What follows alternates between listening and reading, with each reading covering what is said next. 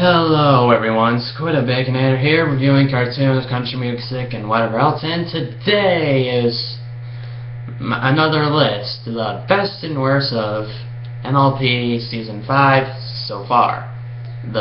So we're now at the halfway part of the season, and might as well fill this time up with going over what we have so far, and you know what, I think it's overall pretty good on this whole halfway season. Only one episode I think is bad and 2 miss, and the rest are good. Yeah, they're all just a lot of really good episodes, but what's best and what's worst? Well, let me list the episodes first off, and then I'll go back through each and every one and give a quick explanation to them themselves and maybe why they're at the position of where they are. Alright, so from worst to best: Thanks for the Memories, Princess Spike, Appaloosa's Most Wanted, Castle Sweet Castle, Blooming Bloom, Party Pooped, The Lost Treasure of Griffinstone, Make New Friends but Keep Discord, Amending Fences, Some Princesses, Dream of Magic Sheep, Cutie Map, and Slice of Life. Okay then, well, now, before you all hate me and start sending death threats or some other bullshit, let me go over why Thanks for the Memories is at the bottom. Okay, if you've been to my channel before or seen any of my comments on it, you know that I hate that episode. It is still the most overrated episode of the whole show, and I just really, it does nothing right. Come on, why is this so beloved? And it all comes down to Rainbow Dash being unjustifiable in every sense of the word, because Tank only hibernating for a couple months and him coming back in a few episodes later. Rainbow Dash is not sympathetic or in the right or anything. And to me, she feels more like that spoiled brat who bitches and cries over whenever she doesn't get whatever the hell she wants. And because her actions aren't justifiable, that leads to all my hundreds of other problems I had with the episode to go on. Now, if her actions were justifiable, like if Tank was going away for a couple of years, then I would be more understanding of why she's overreacting.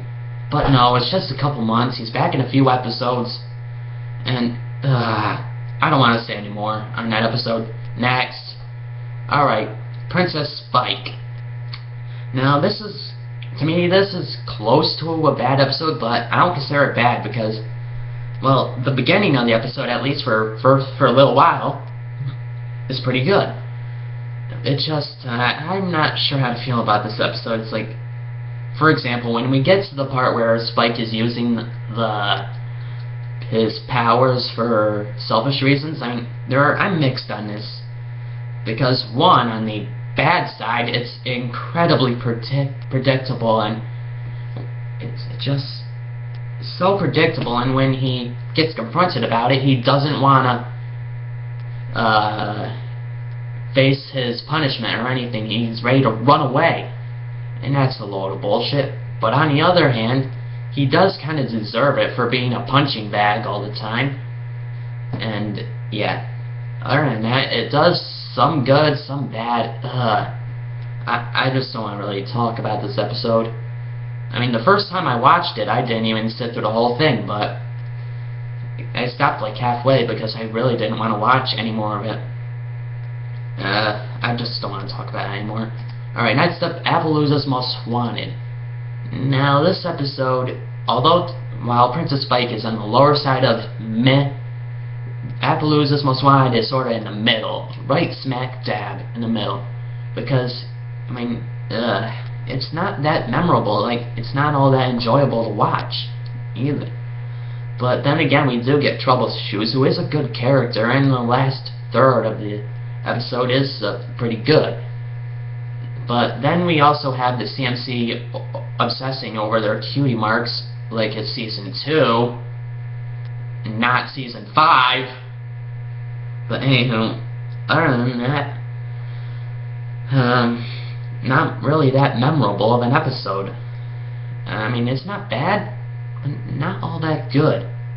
Alright, so next, Castle Sweet Castle. I already reviewed this episode, and now I do like it a little bit more since my review. I think it is a decent episode, although I still don't really care for the song all that much. I almost forgot. While I'm talking about songs, I forgot to mention that I do not really care for the song in Thanks for the Memories, mainly because of A, terrible lyrics, and B, just feeling a little too polished for me. I mean, do we really need to add a little bit of auto-tune to Ashley Ball's voice? I mean, she's a good enough singer without it. But now back to Castle Sweet Castle's song. It's a little better, but the lyrics really hurt this song. And other than that, this episode is really funny. Like, well, okay, not the whole episode, the first third and the final act.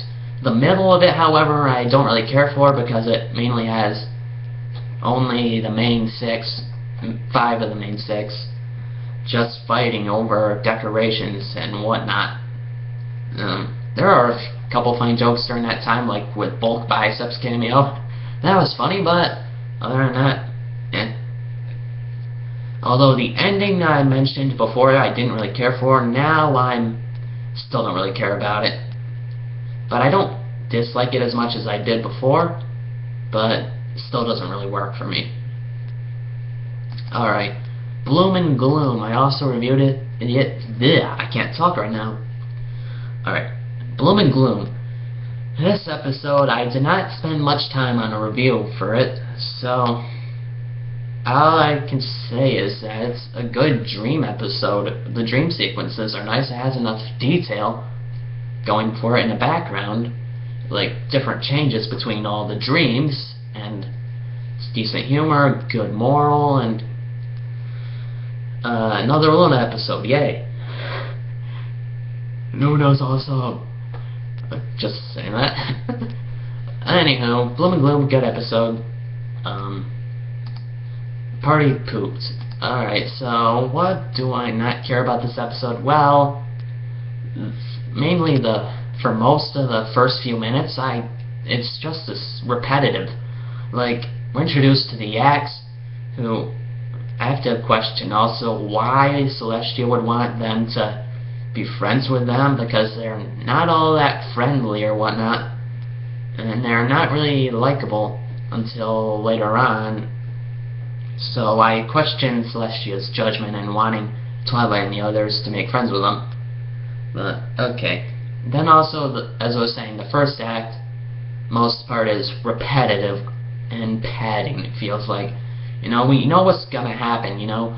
They try to give them something that looks like from back at home, then they don't like it, then they smash it. That's pretty much like the first 6 minutes. And until we get to them talking about it at the round table, that's when the episode really picks up like it. And humor, like Pinkie Pie is very funny in this episode. It's like her journey and everything, and it all ending in that one abrupt fall down everything back home. That was pretty funny. Also, the last few minutes are all like when they find Pinkie's secret lair. The whole situation there was nice, and overall, another decent episode. Now the Lost Treasure of Griffinstone. Alright, so now we get an episode finally about some world building, and a Rainbow Dash and Pinkie Pie episode. And it certainly brings Rainbow Dash up after Thanks for the Memories brought her down a couple episodes before that. I'm saying this because Rainbow Dash is my favorite of the main 6, and Thanks for the Memories really brought her down. Yes, I'm still anal about it, and I will not stop talking about it until someone else joins me in talking about it, like a collab or something. Yeah, I've been wanting to do that. You know what, I'll talk about it later, but I gotta get back on track. Lost Treasure of Griffinstone is another good episode for world building. It really brings Gilda up again, because I'm gonna be honest, I did not hate Gilda and Griffin the Brushoff, and this episode makes her even better. And it also doesn't make everything okay in the end, and just shows that Gilda is gonna try and whatnot to make the Griffinstone come back together, and I'm rambling on and whatnot. But so, and also Pinkie Pie is once again really funny in this episode. She really is just past a lot of these episodes. She's really good. Luckily, we haven't really had another Philly Vanilli moment yet. That's good. Hoping that doesn't happen yet. But and the interactions between all of them are pretty good. World building is nice and whatnot. And you know, I want to say a lot of people were disappointed with all the build up to the place and then it turning out to be crap. But me, not really. I kind of knew that if we were expecting it to be a great place, and that's exactly why I'm glad that's why people find it disappointing, because of our expectations. But I guess that shows that you can't let your expectations get ahead of you or something like that. I don't know, I'm not the best person to talk about that, expectations and whatnot. But next episode, make new friends but keep Discord. Alright, this episode, a Discord episode, and it is really funny, chock full of great references and whatnot.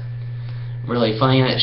Now, I feel like sometimes the spot would not work, but like seeing someone else, being jealous of seeing a friend of yours hanging out with someone else. But I think it really works with Discord here because he has never had another friend. Nobody still really treats him like an actual friend, and Fluttershy's the only one, and seeing her hang out with someone else, that is a little different for him. And a lot of great stuff in that episode, like the Metal Gear Solid reference, and a lot of the other references like The Shining, and bringing back another G1 character, which is always nice to see. Yeah, bringing characters back and make them better.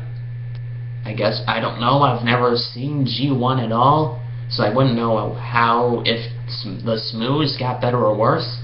But other than that, still a really enjoyable episode, and keep good work. And amending fences, alright, this episode I guess I really relate to, and I guess that's why it's so high up here. Alright, basically for one it shows Twilight, who actually feels bad about not being a good friend and back in Canterlot and wanting to make up for that. And I'm glad they didn't make all of her friends like really mad at her for leaving or anything. They made everything make a lot of sense. Like since Twilight was never really around them all that much, they kind of didn't really notice that she left. That's not a bad thing though. And still not the most enjoyable episode. There's only a few jokes, but they do work. But I think whether you love this episode or hate it is whether or not you can relate to it. With I forgot her name, but that new pony, the Twilight clone.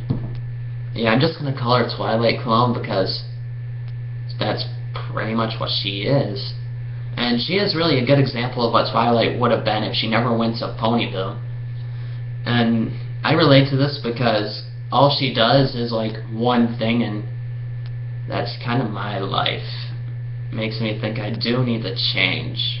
Like, all I do really is, a lot of the time I just stay at home. I'm not really a people person. I don't like interaction thing with others. I'm not very good at it. But yeah, I can really relate to this episode, and what she goes through really is emotional, and overall another solid episode. Alright, next. Do Princesses Dream of Magic Sheep? Alright, this another Luna episode, and where she's up front. Now, more dreams. Now, what can I say about this episode? I don't really have much because it's already been said, I guess. But I gotta say, it is a pretty enjoyable episode. Rainbow's Nightmare was by far one of the funniest moments of this season, by far. And it had a lot of decent references also to in that last giant fight against that evil blob of mist or something. I don't really know what it was. Like with Spike turning into his hero form from a Dog and Pony Show, I think it was. And also seeing giant Derpy meowing. And also the couple Power Pony references, and overall that last part with Luna saying how she had her having the same nightmare over and over again to punish herself for being Nightmare Moon. That was another really emotional part. It was like, wow, deep. And I don't really have much to say on this episode either, but overall it's just really good. That's all I can say. Alright, now we are down to the last two, the best of the season.